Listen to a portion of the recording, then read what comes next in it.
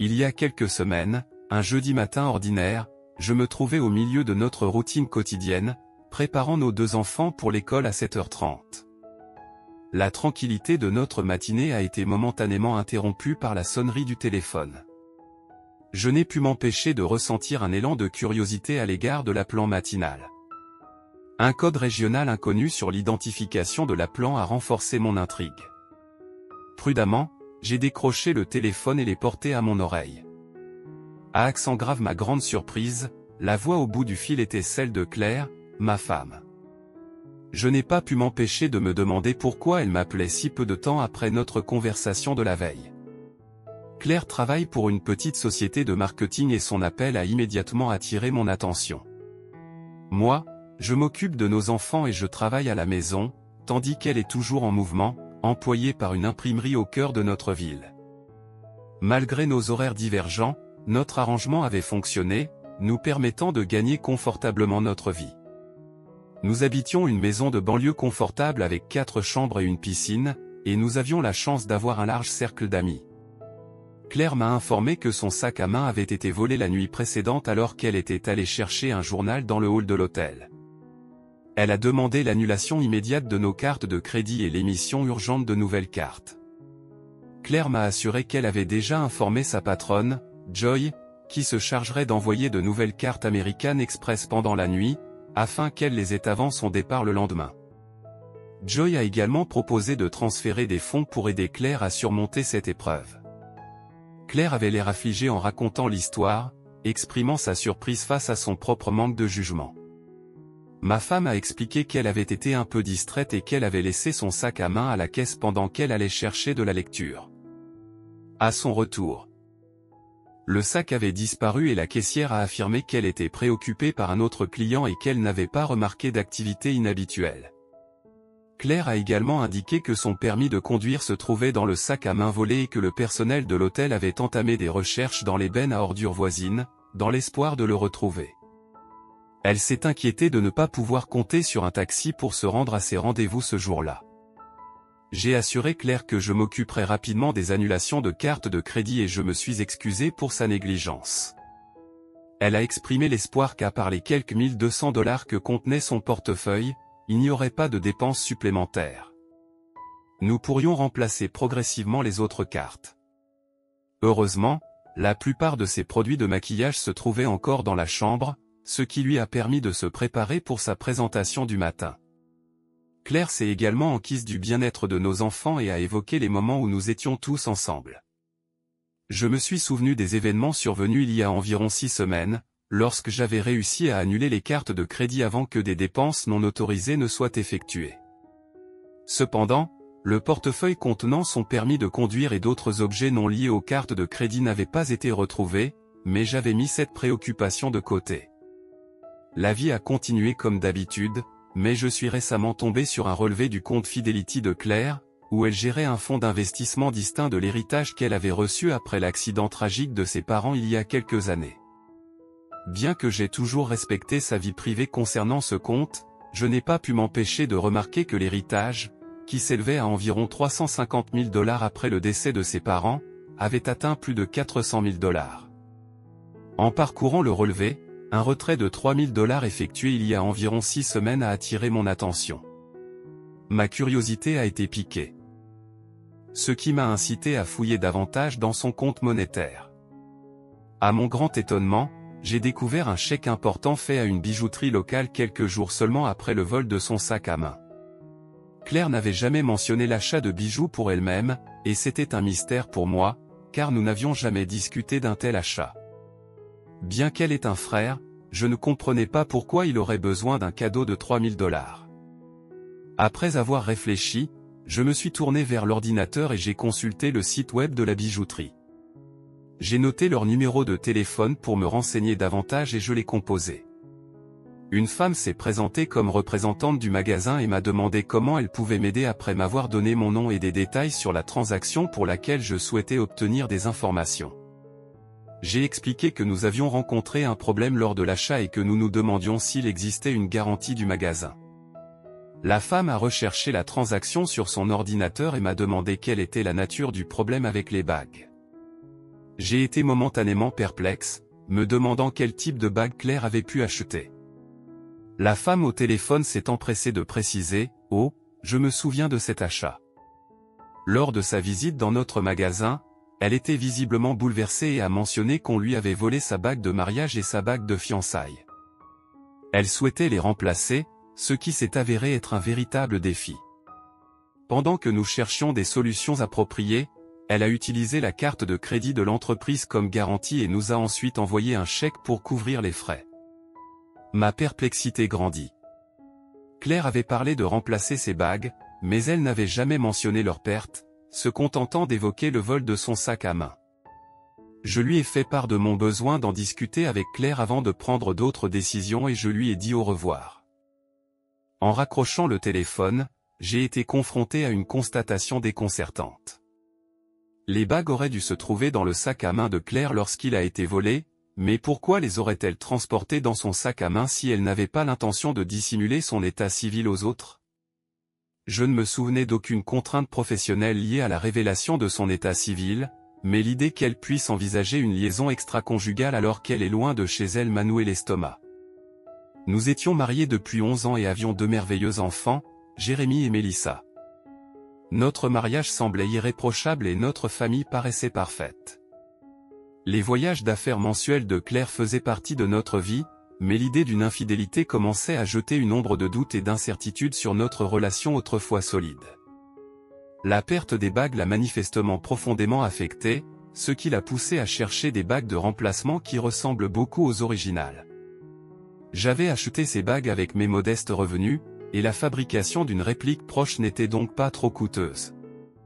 Elle aurait pu déclarer la perte à la compagnie d'assurance, mais j'aurais probablement découvert si son sac à main avait vraiment été volé à l'hôtel. Le signaler aurait été la meilleure chose à faire.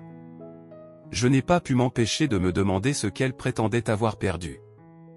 J'ai donc cherché le numéro de contact de l'hôtel et me suis renseigné sur l'existence d'un dossier relatif au vol des effets personnels de ma femme.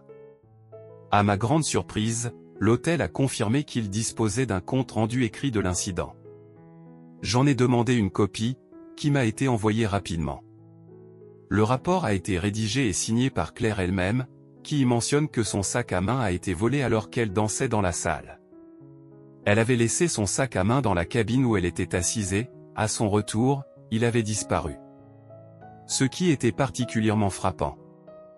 C'était la note explicite de Claire sur son hésitation à impliquer la police. Alors que j'absorbais ces informations, mon esprit s'est emballé face aux implications de ce que j'avais découvert. Non seulement elle avait dissimulé la vérité sur les bagues volées, mais elle avait aussi inventé une histoire de vol à l'étalage. Bien qu'il puisse y avoir une autre explication, mon esprit n'arrivait pas à trouver autre chose que les pensées troublantes qui tourbillonnaient dans ma tête. Il devenait évident que je devais découvrir la signification de la perte de ces bagues, sans quoi elle occuperait constamment mes pensées et me conduirait à la folie. Une chose devenait de plus en plus évidente, ces bagues se trouvaient dans son sac à main lorsqu'elle dansait avec un inconnu. Plusieurs semaines s'étaient écoulées depuis l'incident, et elle était sur le point d'entreprendre un autre voyage dans quelques jours. Je me suis rendu compte que je devais recueillir plus de détails sur le programme de son prochain voyage. Je voulais comprendre ce qu'elle faisait habituellement le soir en dehors de la maison. Si elle avait des relations avec d'autres hommes, la perte des bagues avait peut-être servi de signal d'alarme, l'incitant à revoir son comportement. Je savais que si je découvrais son infidélité, cela signifierait probablement la fin de notre mariage, mais je redoutais de penser à l'impact que cela pourrait avoir sur nos enfants. Elle était sans aucun doute une excellente mère, mais je ne pouvais supporter l'idée qu'elle ait la garde des enfants, surtout avec ses fréquents voyages d'affaires. Mon esprit se mettait à courir désespérément, à la recherche de tout indice susceptible de faire la lumière sur sa fidélité. Quelles autres informations pouvaient suggérer ses actions pendant ses voyages? A-t-elle eu des rapports non protégés ou insisté sur l'utilisation de contraceptifs? J'ai supposé qu'elle opterait pour la protection parce qu'elle ne voulait pas risquer de ramener des infections à la maison ou la possibilité d'une grossesse non désirée. Après tout, j'ai subi une vasectomie après la naissance de notre deuxième enfant, rendant toute grossesse impossible. Elle ne pouvait pas compter sur les hommes qu'elle rencontrait pour se protéger, elle devait donc avoir sa propre réserve. Une question subsiste, où les conservait-elle? Il était peu probable qu'elle les stocke chez nous ou dans la voiture, et le bureau semblait être l'endroit le plus probable. Elle les emportait probablement avec elle lors de ses voyages d'affaires. Je savais qu'elle transportait ses documents de travail, son ordinateur portable et son matériel de présentation dans une grande mallette qu'elle gardait dans son bureau. Mais si elle devait prendre un vol tôt le matin, elle ramenait son sac à la maison la veille au soir, puis le mettait dans une valise pour se rendre à l'aéroport. Ce détail était crucial et je devais trouver une occasion de fouiller la mallette avant son départ. J'espérais que son prochain voyage se ferait tôt le matin. J'ai délibérément choisi de rester calme et posé, ne montrant aucun signe que quelque chose n'allait pas. Lorsque les enfants sont rentrés de l'école, j'ai été occupé à diverses tâches et n'ai pas eu le temps de m'attarder sur mes soupçons. Néanmoins, le spectre de son infidélité continuait de planer dans mon esprit. Lorsque Claire est rentrée du travail, je me suis retrouvé dans une situation délicate en préparant le dîner. J'ai accidentellement renversé un plat de haricots, créant un désordre sur le sol. Le chaos résultant du nettoyage et de la gestion des activités des enfants m'a laissé une mine déconfite. Heureusement, elle n'a pas semblé remarquer de comportement inhabituel de ma part à ce moment-là. Une fois l'agitation retombée et tout nettoyé, je l'ai accueillie en l'embrassant sur la joue. Nous nous sommes assis à table, comme d'habitude, pour savourer le dîner et bavarder. Étant donné notre routine habituelle, je ne m'attendais pas à ce qu'elle ait de plus en plus de soupçons au sujet de son prochain voyage. Alors? Tu pars pour un autre voyage dans quelques jours, lui ai-je demandé. Oui, répond-elle sans grand enthousiasme. C'est la même routine. Je n'ai pas hâte d'y être. Ma curiosité m'a poussé à creuser davantage. Si cela ne vous plaît pas, avez-vous envisagé de postuler pour un autre poste? Vous travaillez dans l'entreprise depuis un certain temps et vous comprenez bien les différents aspects de son fonctionnement. Je pense que vous pourriez vous adapter à presque n'importe quel poste. Elle a mentionné son désir d'acquérir plus d'expérience avant de passer à un emploi de bureau. Cependant, j'ai gentiment fait appel à sa conscience en ce qui concerne les enfants. Tu me manques vraiment quand tu n'es pas à la maison, ai-je ajouté, espérant susciter un sentiment de culpabilité. Je sais, je suis désolé, a-t-elle répondu avec sympathie. Vous me manquez tous aussi. Cherchant à obtenir plus de détails, j'ai poursuivi, alors, où allez-vous exactement cette fois-ci? Allez-vous partir dans la matinée, ce qui nous donnera l'occasion de passer un peu de temps ensemble avant votre départ? Je l'ai regardé dans les yeux, consciente que nos enfants pouvaient nous entendre, même si j'essayais de paraître normal. Mon anxiété était évidente, mon estomac gargouillait et j'avais du mal à manger. Je ne vais qu'à Danton, donc je partirai demain matin à 7h30, dit-elle. J'ai besoin de quelque chose pour me tenir jusqu'à mon retour vendredi, ajouta-t-elle d'un ton enjoué, en me faisant un clin d'œil. J'ai répondu d'une manière tout aussi enjouée, en essayant de maintenir un sentiment de normalité. À ma grande surprise, elle a rougi en réponse. Son commentaire sur le fait qu'elle avait ramené sa mallette à la maison la veille de son voyage laissait entendre qu'elle ne s'arrêterait pas au bureau avant de se rendre à l'aéroport. Étant donné son attitude apparemment sincère à propos du voyage à venir devant nos enfants et moi, on pourrait supposer que soit elle n'avait pas été impliquée dans une quelconque infidélité au cours de ses voyages. Soit-elle était devenue habile à dissimuler un tel comportement. J'espérais découvrir la vérité. Lorsque j'ai examiné le contenu de sa mallette le soir précédant le voyage prévu, Claire est rentrée chez elle de bonne humeur. Elle a garé sa voiture à côté de la mienne dans le garage, comme d'habitude, et semblait visiblement excitée. Elle s'est alors demandé si son excitation était due à notre conversation ou si elle cachait un autre motif lorsqu'elle est entrée dans la maison. Comme elle n'avait pas sa mallette, elle a supposé qu'elle était restée dans la voiture. Pendant que je m'affairais à préparer le dîner, nous nous sommes installés à table. Elle me demanda nonchalamment d'aller chercher sa valise dans le garage une fois que nous aurions fini de manger. Bien sûr, répondis-je en dissimulant tout soupçon. Tu es prête pour ton voyage? Elle cherche à me rassurer, ce à quoi je réponds, oui, c'est un voyage de routine. Ma mallette est dans la voiture, remplie de l'essentiel pour maintenir un semblant de normalité. Je lui ai demandé ce qu'elle prévoyait de faire pendant son absence. Non, a-t-elle répondu, les enfants et moi nous en tiendrons à notre routine habituelle en semaine. Nous pourrions peut-être organiser une activité familiale pour le week-end. Son enthousiasme pour l'idée était évident et j'ai répondu par une approbation sincère après le dîner. Après avoir débarrassé la table, elle m'a gentiment aidé dans la cuisine et à charger le lave-vaisselle. Pendant ce temps, je me suis aventuré dans le garage pour récupérer sa valise. En inspectant la voiture, je n'ai pas trouvé la mallette à l'intérieur, ce qui m'a amené à penser qu'elle était bien placée dans le coffre, comme prévu. J'avais déjà élaboré un plan pour y accéder plus tard.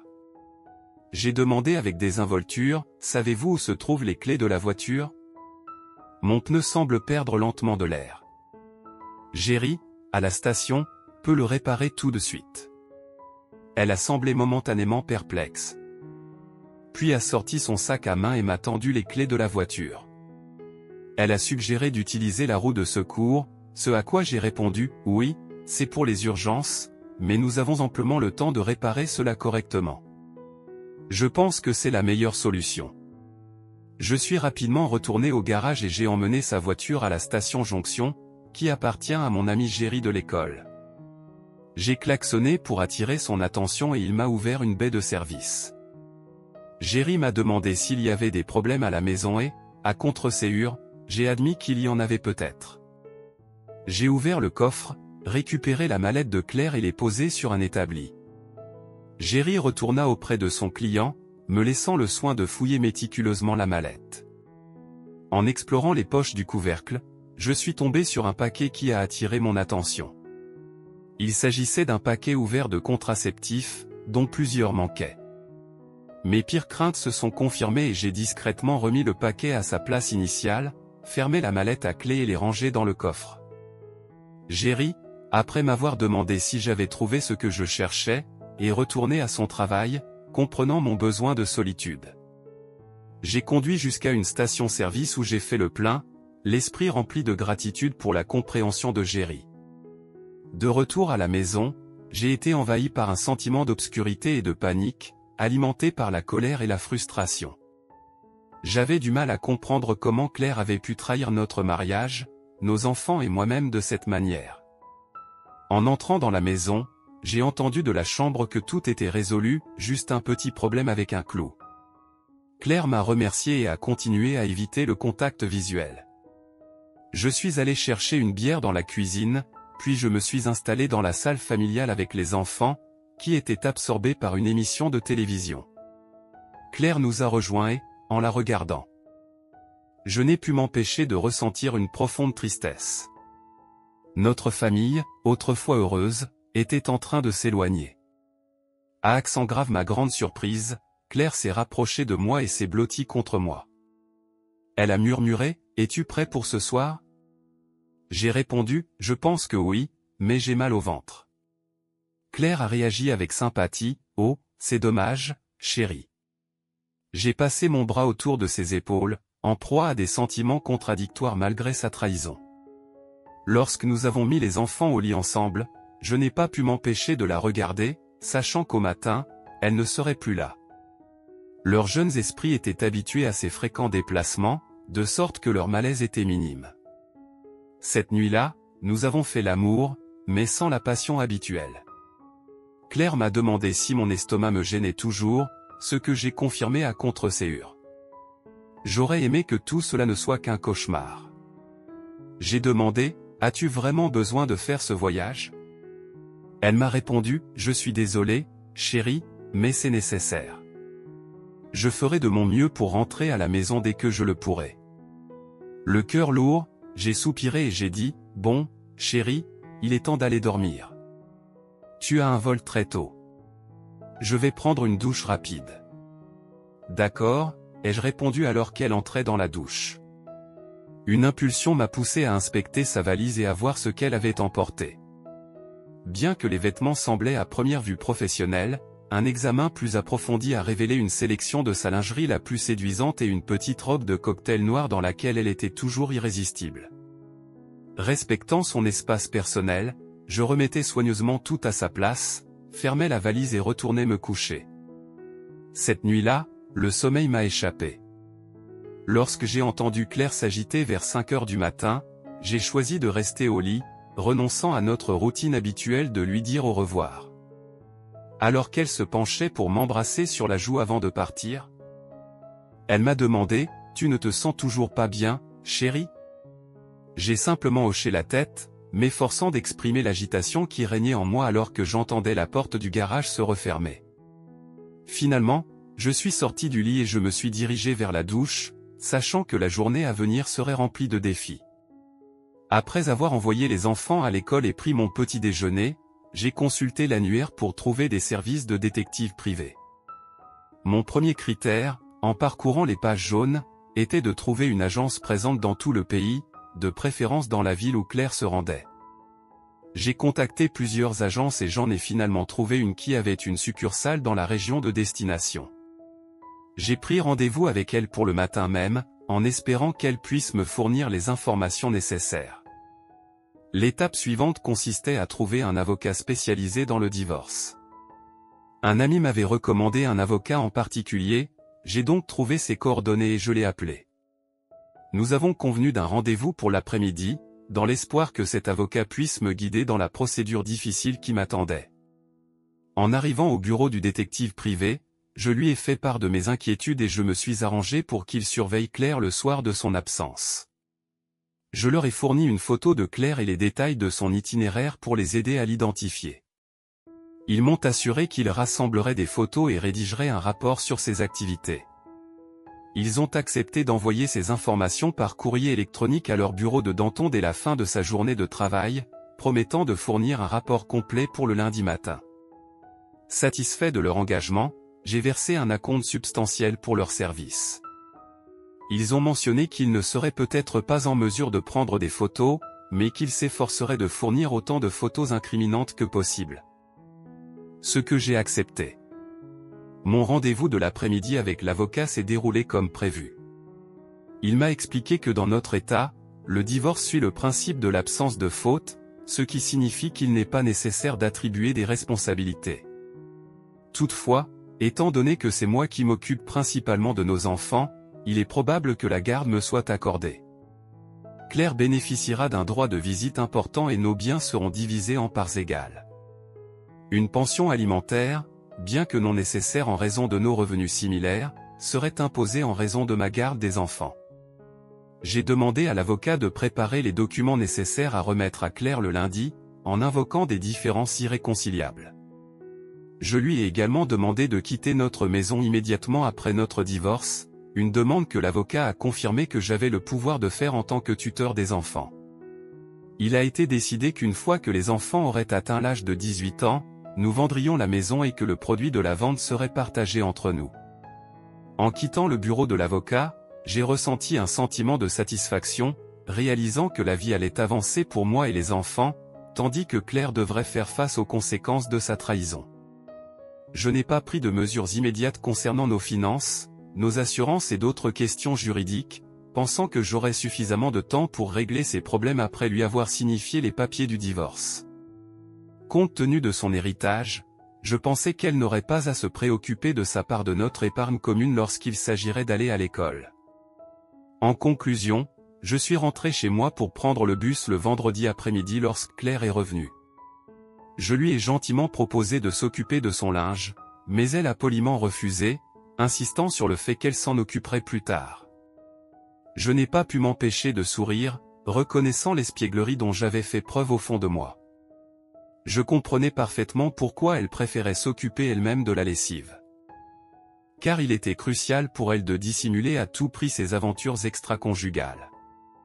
Plus tard, alors que nous étions au lit, Claire s'est inquiétée de mes problèmes d'estomac et m'a suggéré de consulter un médecin. Cela durait depuis trop longtemps, a-t-elle remarqué. J'ai répondu à Claire de manière ludique, en lui faisant savoir que j'avais l'intention d'essayer un nouveau médicament recommandé par un ami pour traiter mes problèmes d'estomac persistants. J'ai exprimé mon optimisme quant au fait que cela résoudrait le problème et qu'elle me reviendrait bientôt. Lorsque nous nous sommes embrassés, elle m'a murmuré que je lui manquais beaucoup. Le lundi, Alors que les enfants partaient à l'école et que Claire se rendait au travail, j'ai reçu un appel de l'agence de détective m'informant qu'un rapport était prêt. Je leur ai dit que j'arriverais bientôt et, dans les 30 minutes qui ont suivi, j'étais assis avec le chef de bureau pour discuter des détails. Le chef de bureau m'a informé qu'un rapport avec des photos jointes avait été faxé depuis Danton. Ce matin-là, il a admis qu'il n'avait pas eu le temps de lire le rapport dans son intégralité, mais après une lecture rapide et un coup d'œil aux photos, il semblait très incriminant. J'ai pris une copie du rapport et j'ai commencé à en lire le contenu. L'objet du rapport était identifié comme étant Claire Barton. Selon le rapport, la surveillance de la femme a commencé à 17h17 le mercredi 16 juin, dans le hall de l'hôtel Danton Marriott. Son identité a été confirmée par la comparaison d'une photo obtenue auprès du bureau de Merville. Après un examen plus approfondi du rapport, il s'est avéré qu'elle portait un badge de l'entreprise, ce qui a confirmé son identité. Le rapport détaille les mouvements de l'intéressée, précisant qu'elle portait une mallette lorsqu'elle est entrée dans l'ascenseur. Un membre du personnel l'a accompagnée et a vérifié son arrivée dans la chambre 414 à 17h23. Il est important de noter que le rapport souligne que le sujet était seul à ce moment-là. En outre, le rapport inclut une photographie étiquetée pièce à conviction 1A, montrant le sujet habillé de manière professionnelle avant d'entrer dans la chambre. En regardant la photo, il est clair qu'elle portait encore ses bagues. De toute évidence, la photo a été prise discrètement à l'aide d'un téléphone portable. Le rapport indique que les agents ont loué une chambre en face de celle du sujet à 18h31. Ils ont reçu un signal indiquant que le sujet avait quitté sa chambre et se dirigeait vers l'ascenseur une minute plus tard, à 18h32. La personne est sortie de l'ascenseur et est entrée dans le hall d'entrée, comme l'indique le rapport. Elle était notamment vêtue conformément à la description fournie dans l'exemple 1B. Après un examen plus approfondi de cette tenue, il est apparu qu'elle portait une robe de cocktail noire élégante, complétée par des chaussures à talons hauts. En outre, elle portait un collier que je lui avais offert lors de la célébration de notre 10e anniversaire. Cependant, ce qui ressortait le plus, c'était l'absence de ses alliances. Une photographie a clairement révélé qu'elles étaient absentes de sa main gauche. Le rapport précise qu'une minute plus tard, à 18h32, le sujet a quitté l'ascenseur et est entré dans le hall. Elle est restée habillée comme indiqué dans l'exemple 1B. On a pu constater que Claire portait une petite robe de cocktail noir et des chaussures à talons hauts. Elle portait également le collier que je lui avais offert lors de notre 10e anniversaire de mariage. L'observation la plus frappante reste l'absence de son alliance à la main gauche, comme le montre la photographie. La pièce 1D représente une photographie de Claire et d'un homme s'embrassant passionnément, étroitement enlacés dans une cabine à 20h51. Le rapport indique ensuite que les deux personnes ont quitté le restaurant, pris l'ascenseur et sont montées à l'étage de Claire.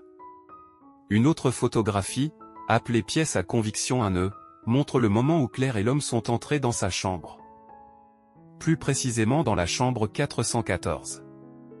Claire semble quelque peu enivrée mais indéniablement satisfaite des événements de la soirée. À 23h13, l'homme quitte la chambre de Claire et sort du bâtiment. Le rapport mentionne même le numéro de plaque d'immatriculation d'une voiture immatriculée au nom d'Alexander B.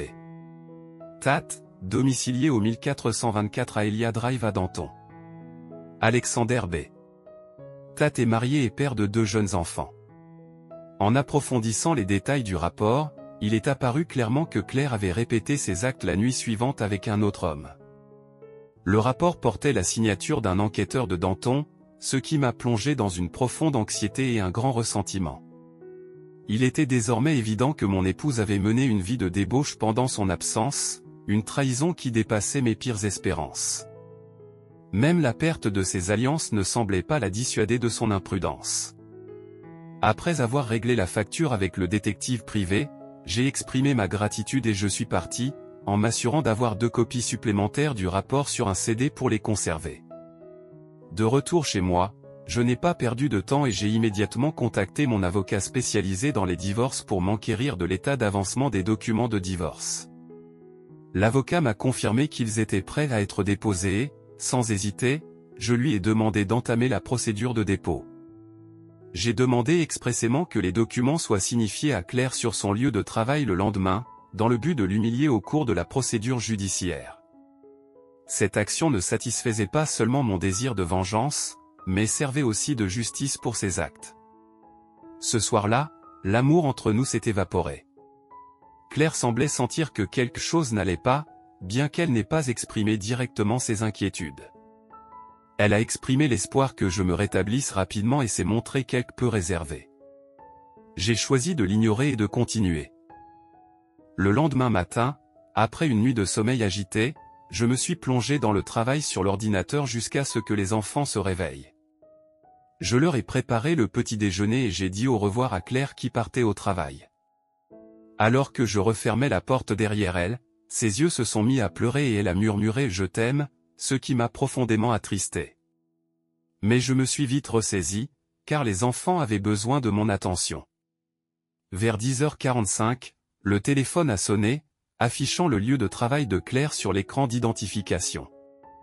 J'ai répondu à l'appel en silence, et à l'autre bout du fil, une voix tremblante appartenait à Claire. Elle a dit « Je suis désolé », et peu après, la ligne est devenue silencieuse, et je le suis resté. Claire n'est pas rentrée chez elle ce soir-là, et je me suis demandé si elle avait continué son jeu de dupe, apparemment indifférente à son mari. Tout en reconnaissant le bien-fondé de ma colère, je me demandais si je n'avais pas été trop sévère. Les enfants, découragés par l'absence de leur mère, se demandaient où elle était.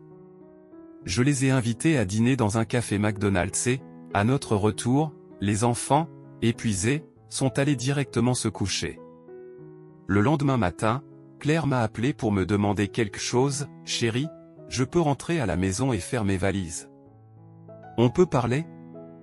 Sur le coup, un sentiment de culpabilité est monté en moi, mais il s'est vite dissipé. J'ai répondu calmement, « Pourquoi ne viendrais-tu pas entre 9h et midi ? Les enfants et moi ne serons pas là. En ce qui concerne notre conversation, je vous parlerai en tête-à-tête dans le bureau de mon avocat.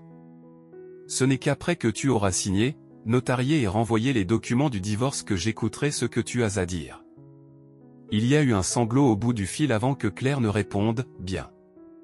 Peu après, le téléphone est redevenu silencieux. Elle a signé les papiers du divorce et, 6 mois plus tard, notre mariage a officiellement pris fin.